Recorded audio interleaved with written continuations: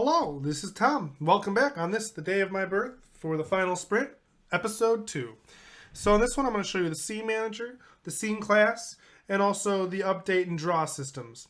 So for the scene manager, what we have is, oh god, I got lost. Here we go. We have a singleton, of course. And here you can find kind of like, honestly, a lot of stuff. The scene manager is kind of like the bottleneck of which a lot of things go through and talk to. So over here we have add command, change scene, this is for the command pattern, and the initialize, add the visualizer draw, get the sprite cam. A lot of accessors in here, a lot of things are stored here. You can see the private things that it has, the next scene, the current scene, different things like that. If we go into here, you can see that it does draw the current scene. It does update the current scene. It does a scene check. This is a way that I found to avoid doing an if statement. So that way, instead, it just goes over here and it checks to see if the scene. Oh, good. Okay, this is actually a base class, so that doesn't work. But basically, what it does, it's a strategy pattern. And what it does is it basically just checks to see if the scene is, see here we have no scene and then scene change. So the scene change, let me see if I can try and, oh god, I should have been prepared for this.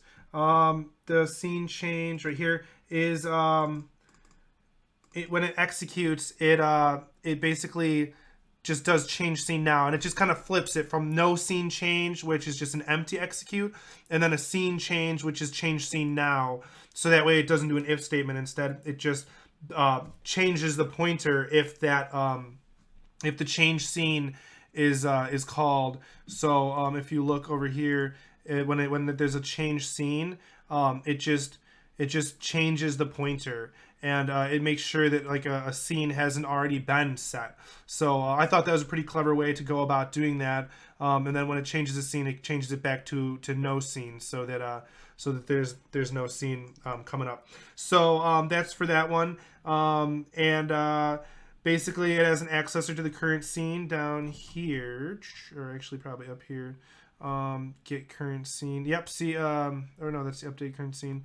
Oh, geez. I'm sorry. This is. Here it is, return current scene. And then also, it does the update, it does the draw. Here is the documentation for the scene manager here. It just has some important methods that the user would call a lot. So that's basically what it does for that. And then if we go into the scene class, here's the header right here. You can see it has all of its objects. I did add a few, like the camera update manager. That way I needed to update the camera after everything so that it would be smoother, because otherwise the objects were jittering when the camera was locked. So I needed to come up with a solution for that. So basically the scene has a bunch of these functions, and then it also down here does do the set collision self, set collision pair. And then down here, it just does, these are the things to be overloaded, the initialize, the update. So when the base scene is created, what it does is it has an initialize, and then everything that needs to be done in the initialize is done here, and basically everything that needs to be cleaned up in the end of the scene is put in the destructor. So that way everything gets cleaned up and handled properly. Excuse me. So that's basically how that works for the scene. It's just like a parent class. But it also does handle all of the registration and all of the deregistration. So the scene manager will get the current scene, and then you can call register on the scene when it comes back. So that's kind of how that works. Add collidable group, yada yada, this and that. And then in here is my actual update cycle. So we have the scene registration broker executes all the commands. The keyboard manager processes the key events. Update manager processes the elements. The alarmable goes off. Then collision. Then the camera processes and moves all the cameras. And then it goes into draw, and it handles the collision, visualizer, draw, the actual objects, and then after it does the sprites. So I did have to mess around with this today because the collision was giving me a really hard time with the Alarmable and the keyboard.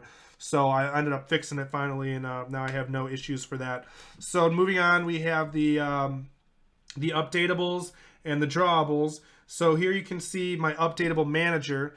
Basically, it just has the register, deregister, and it does have a list. The reason I have a list is because I have constant deletion. That's why I have this public thing here.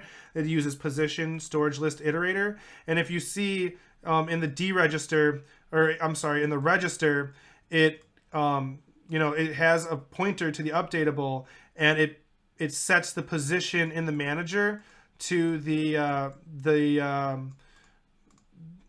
position that it's in. I know this is an accessor. I actually have just realized this now, but I will fix it. I will fix it over spring break. I understand that this is not ideal, but this was kind of a prototype experiment type thing to try and get that constant time, and I'm happy that I did. So I'm happy about that. So this also uses it does use a command pattern. So when the actual updatable, which is in the game object, I believe, when the updatable is it registers, it registers the updatable, and then it submits the update registration command, which is made when the updatable is created, and it's deleted when the updatable is destroyed. That way it's recycling the same one. And then it asserts to see if it is already registered. If it's not, then it goes ahead and it sets that status to be registered. And then when the time comes for it to actually be called, you will see that it will call the scene manager, get current scene, register, and it'll pass this in, and then it'll set it to registered. Same thing for deregister. So these command patterns are being used. Then same thing for the drawable. The drawable is it uses a command pattern. It registers the drawable, submits the command, creates the commands when it's created, deletes the commands when it's done, and just basically recycles these commands.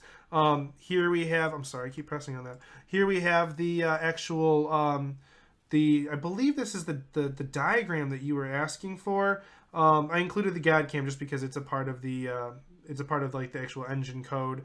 But you can see that there's like scene entry and scene exit, different stuff. But the command pattern is a part of it. So it registers itself to the actual updatable manager, and then it can erase itself in constant time because it passes in this iterator that it stores. So that's how that works for that. So there's constant time. Other than that, I think that is it for this video. Thank you very much. Stay tuned for the next video.